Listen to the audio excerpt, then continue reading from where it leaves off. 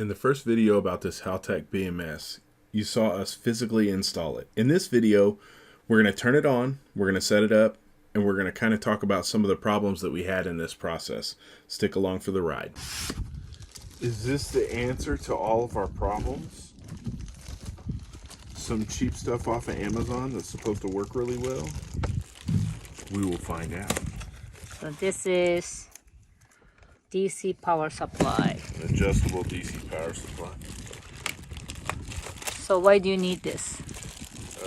Because I'm going to use it to try to make the battery management think that there's a charging voltage going to its input wire to get it to turn on. So you didn't think this is needed, right? Like Originally, no, but I'll give a description later on in the video on why I think it's needed. it was not kicking in. Well, yeah, it's not on. Even with power ran to it, it wouldn't. The battery management system wouldn't turn on.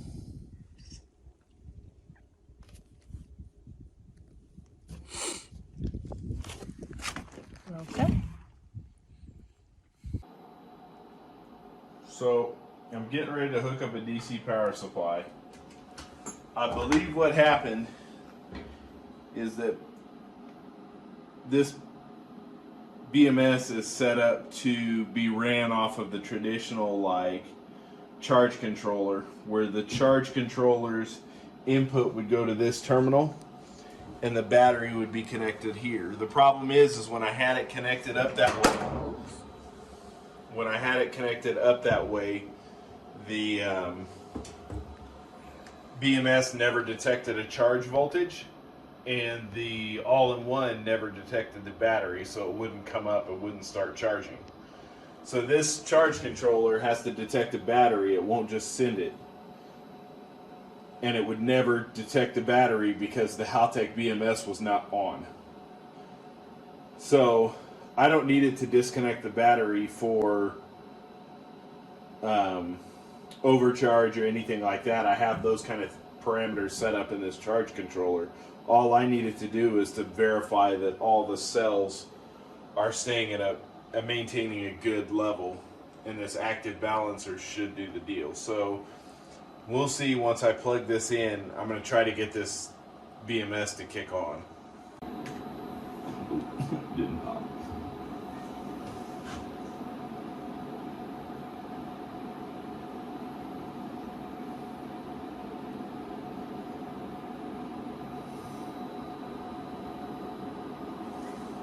So what are you expecting that to happen right now? I'm expecting that to beep.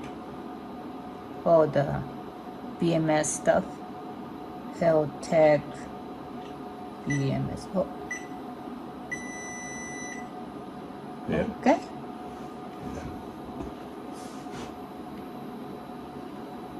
So that's a good thing.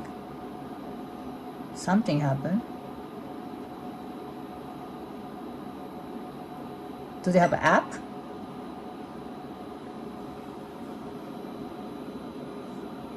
Please put password.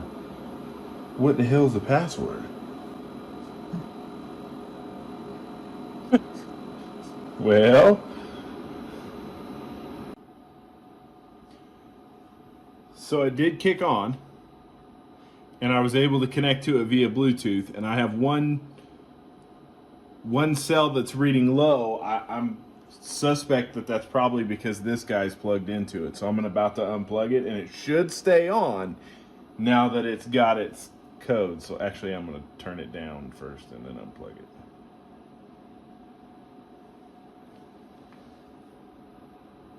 This is the number of volts that I was putting to it to get it to turn on.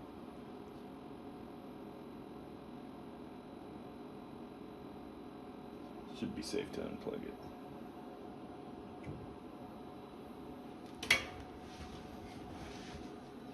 So what was wrong before? You're plugging the circuit wrong, right? You had to put the red one on. Yeah, I had to put the red one on positive terminal. The red one from this guy on positive terminal, and the black one on the P negative terminal on the HELTEC BMS. It does show that I got one cell that's low. and it says my cell number's wrong, but that's probably just because I haven't set it up. So let's see if I can figure out how to set it up without going crazy. So it's reading 16 cells, so let's go ahead and set it to 16 cells so it's not acting stupid. Maybe verify password. I think this is 1 2 3 4. Okay, maybe this is 1 2 3 4 5 6.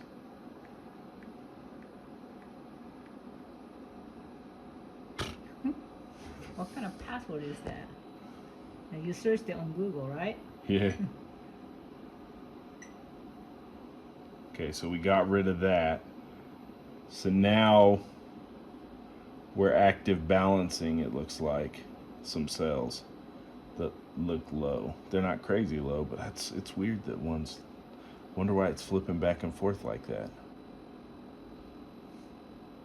So this one's got like a temperature sensor and all kinds of other crazy stuff too. So I wonder if we can name it so I know which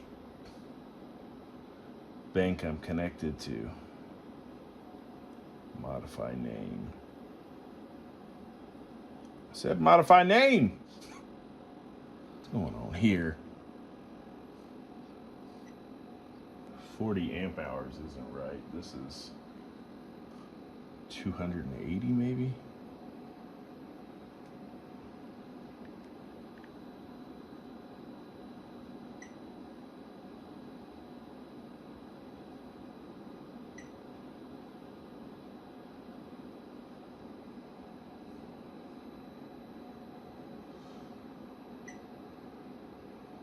Battery is fully charged. It's doing some active balance. It's cool that it shows the resistance on the line, on the cells.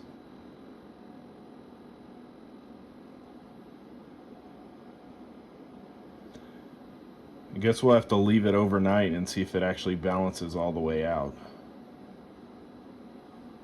So this BMS actually balances out to Each feed cell. whatever To keep each one of these at the same level. So this one flashing, I'm assuming what's happened is this one flashing blue, it's pulling power from to charge the one that's in red. because that's the highest on The highest and lowest kind of thing. Okay. And it's running 1 amp worth of current to be able to balance the cells. So it's balancing them at 1 amp. I need to verify 280, but I'm pretty sure that I bought 280s. That's pretty cool. So I guess let's go ahead and, well, I want to figure out if I can rename this. Maybe I need to disconnect, reconnect, something. Is there any other settings? It's not, yeah.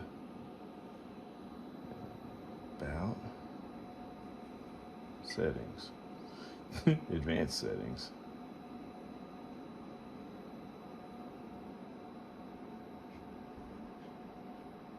Nope. Modify password. It's on LifePO.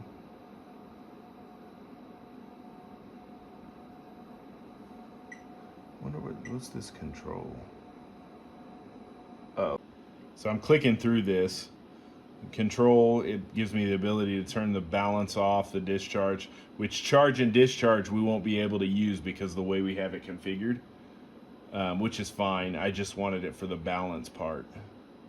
I'm trying to get it to change the name, but it's not letting me. I'm wondering if like I need to close the app and reopen it or something like that. Let's see what happens.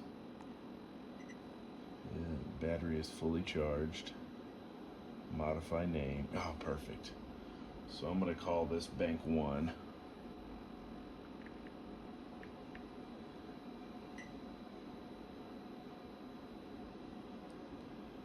Well, how the hell do I restart this? Oh, restart this software. Scan. Bank 1. Connect. Sweet. And at some point, I will put a PC in here so I can remote in and actually look at it and not have to come look at this. Because Bluetooth won't reach that far. So what do you think? I think it's balancing. It's a good thing. So this guy's 55.9. 55.19. So I'm going to disconnect and try to get the other one started. So let's see if I can do that. Close this guy out. Set my phone. What do you mean by two different ones? I have one for each bank of batteries. So this guy is the one that we just turned on. You can see by the blinking light at the bottom that it's on. The other one doesn't have it. But this guy is controlling this bank. This guy is controlling that bank. Oh, front and back. So this guy's controlling that one, and this guy's the one that we turned on, and it's actually controlling this one. So to get these wired up, I was originally trying to connect here and there, but you actually connect the negative here. Right now I'm not pushing any voltage to it. And then I'm going to connect the positive right here. And then I'm going to slowly turn up the voltage. And somewhere around 50, I think it was 56. So this is 56, so probably somewhere around 58 it'll probably kick on.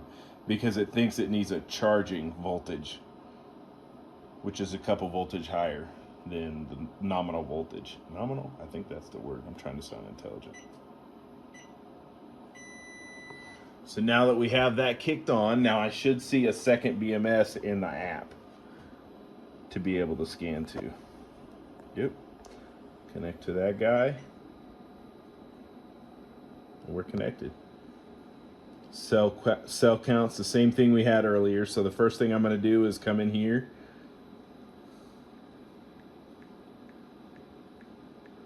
Verify.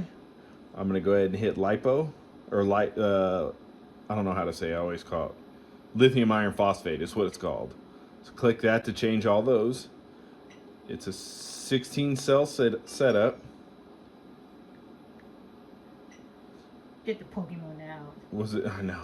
Was it? It was 280 amp hour. So we should be good there. So if I go to status, we're active balancing as well, which is dope. We got rid of the thing. It's saying it's fully charged, and it's pretty close to the same voltage as the other one. The other one was 5519. This is 5521. Let's go ahead and turn this guy off and take it off. So you don't need this anymore? What's it called? If I think I only need it if power is lost completely to this, I needed to turn it back on. There's other nerdly electronic projects I can use this for, but really, like, that's the main reason for it. The other thing you can use it for, like, I should have used it from the get-go. How you're supposed to do it is when you put these batteries into a bank like this, they're supposed to be the exact same charge level on every single one. So you can take something like this and plug a single battery in, set the voltage to exactly what voltage you want, and as soon as it stops, the amps will die down and go to zero. You know it's at that nominal voltage. So then you go to the next battery and you do that same process for every single battery. That way you know you have the exact same level. So you don't end up with something like this where it has to actually balance it. When they're wired in parallel, they'll automatically balance each other out. But if they're wired in series, they will not balance each other out. They have to be manually balanced somehow. And that's what you're doing with and this? That's the reason you need a BMS when you're running batteries in series like this. At least you know what you're talking about. So. Kinda. But this is the one thing we were so worried about, why it wasn't working. So I think it's a good step, next step. Yes, it is. I'm curious to see what it looks like in the morning. Go ahead and disconnect this guy. So now it's going, right? You don't have to. Nope, they're you don't both need on. this, yeah. Nope. I can unplug this guy and set it in the shelf for the next 2 years, and then whenever I have to do maintenance on one of these battery packs and disconnect the BMS, then I'll have to plug it back in and do the same procedure. And I'll probably have to look at this video because by then I will have forgotten. congratulations on your experiment. Well, I know. But what that means now is that I gotta clean up the wiring in this room. And be done, right? Do all my wire management and stuff like this, get it tied up, and put the box that's supposed to be there back on there for covering the terminals and covering these and all that fun stuff. So after running all night AC and everything else getting charged, he's trying to see the battery level. 5358. That's one cell, or that's one bank.